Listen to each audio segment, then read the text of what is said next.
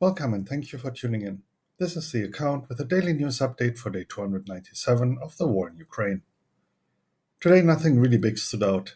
The news mostly covered the aftermath of the Russian missile attack yesterday, and there was only one article by the New York Times that is really worth mentioning. We will take a look at that one in a moment and after go over the aftermath of yesterday's attack. As for the rest of the news, we will take a look at the situation inside Ukraine, the occupied territories, and the international developments as usual. But first, we will begin with the flashpoints along the front. Svatove. Volodymyrivka is most likely under Ukrainian control now. Yesterday it was reportedly shelled, and today a Ukrainian attack towards Sofiivka was reported. Kremina. Chervonopopivka is most likely under full Ukrainian control now. Vogonzo reported a Ukrainian attack on Holikove, north of the settlement.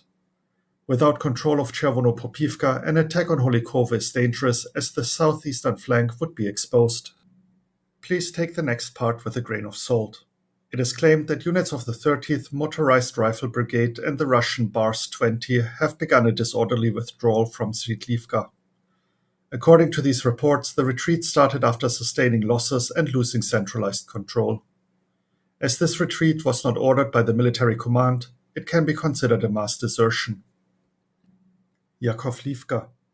Vorgonzo reported that Wagner does not control the settlement. Other sources also claim the northern parts of the settlement are still contested. It seems Russia jumped the gun here and wanted to report good news, however the reality seems to be different. Soledar. As reported some days ago, it seems Russia was indeed pushed back.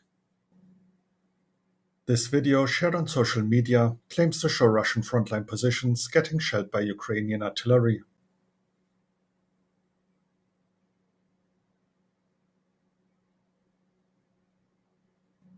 Geolocation confirmed those positions are behind the currently claimed front. Bakhmut. Heavy fighting for control of the city continues. According to yet unconfirmed reports, Russian forces have been pushed out of the residential area in the east. Trenches have appeared in the city center, showing Ukrainian forces are preparing for heavy street fighting. Videos shared on social media show the situation in Bakhmut.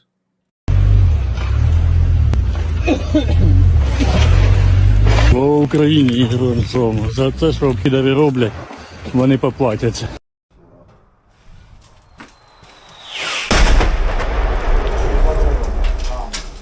Третья не просрала. Там, да.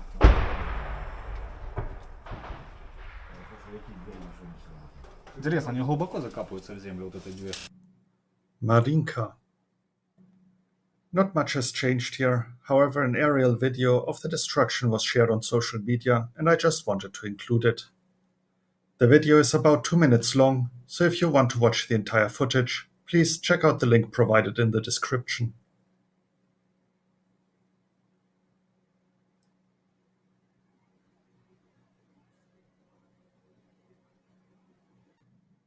And now for the New York Times article titled Putin's War. A Times investigation based on interviews, intercepts, documents, and secret battle plans shows how a walk in the park became a catastrophe for Russia. The article highlights the issues the Russian army faced when invading Ukraine, from using outdated information from Wikipedia to navigating with maps from the 60s to communicating on open cell phone lines, revealing their positions. The article itself is incredibly long, but here are a few key takeaways. Reached by phone inside Russian hospitals, wounded soldiers describe being sent to war with little food, training, bullets, or equipment, and watching about 2/3 of their platoon get killed.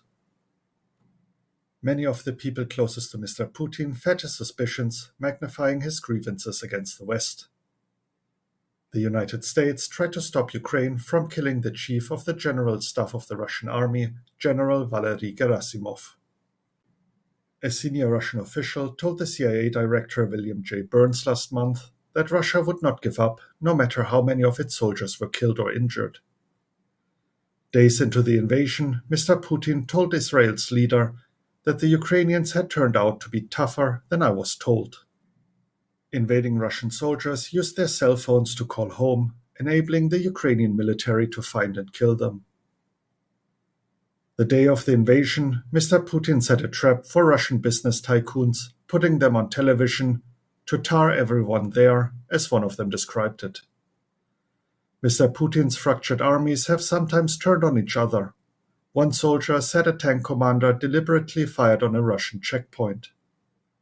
I highly recommend reading the article. Moving on to the updates on the aftermath of the Russian missile attack on Ukraine yesterday. The power supply in Kharkiv and Kharkiv Oblast was restored after Russian forces hit the region with 10 S-300 missiles yesterday. In Kyiv, water supply was fully restored. However, about 30% of the city remained without electricity this morning. More than 50% of Kyiv Oblast was still without power this afternoon. It was further reported that the metro has resumed operations. In Kryvyi Rih, the death toll rose to 5. In the early morning, rescuers pulled the body of an 18-month-old child from the ruins. Due to the blackouts in the Dnipropetrovsk Oblast, about 3,000 miners were stranded underground. By now, all of them have been rescued. And now the general situation in Ukraine. The Ukrainian government, with the help of Amazon Web Services, secured all governmental and public records by digitalization. It was called Operation Snowball, and it made sure that Russia cannot erase records of any kind important for any country. The operation was being kept secret as it literally put the government into a box and shipped it around the world before it was uploaded to the cloud. Chief Intelligence Directorate of the Ministry of Defense of Ukraine spokesman Andriy Yuso claimed the Hochu Zhit hotline has been called by more than 1.2 million people, most of them in the Russian Federation. According to his claims, not only individual Russians surrender, but also whole divisions and groups of officers. President Zelenskyy, answering a joking question about a physical match with Russian President Vladimir Putin, said that he is always ready and this will be Putin's last summit. Moving on to the occupied territories. The Russian occupiers are planning to force all hospitals in the Luhansk region to refuse civilian patients and only focus on the injured soldiers. This was reported by the National Resistance Center. National Security and Defense Council Secretary Oleksiy Danilov stated that fortifications on Crimea will not help the Russians. They came easily and they will leave easily, he said, commenting on Russians who moved to the peninsula. In its morning update, the General Staff of Ukraine reported the withdrawal of some Russian forces from Kakhovka and Nova Kakhovka. Russian soldiers have also reportedly been spreading information that Kakhovka will be abandoned by Russian troops by the end of the year. Local collaborators are offered the option to move to Russian-occupied Crimea. A video shared on social media shows Russian military equipment being moved through occupied Mariupol towards Zaporizhia Oblast. There are reports of traffic jams caused by the transports.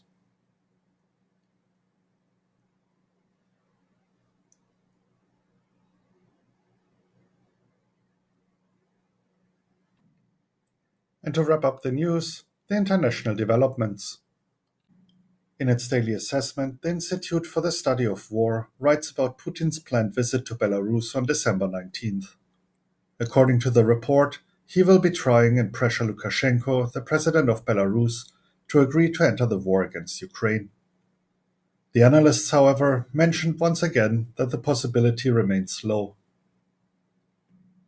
A representative of the Biden administration recently told members of Congress that Ukraine has the military capacity to liberate the temporarily occupied Crimea, but some officials are concerned that any large-scale offensive on the peninsula could prompt Russian President Vladimir Putin to use nuclear weapons. CIA Director Bill Burns said in an interview that while the war in Ukraine has so far been a failure for Russia, the Russians are not serious about any negotiations.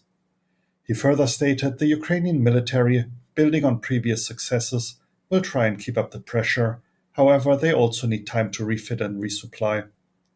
Asked about the nuclear threats by Russia, he commented, "We don't see any clear evidence today of plans to use tactical nuclear weapons." Russia has resumed using Iranian-made Shahed drones after receiving a new batch.